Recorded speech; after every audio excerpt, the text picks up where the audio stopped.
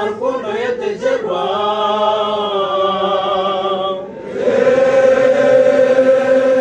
Chakiriyo kushungura mwira kayo mana we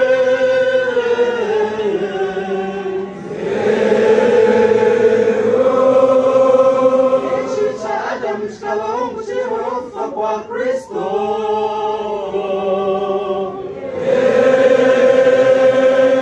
Urubanza rwa bendeta mwisha rwa tutondizo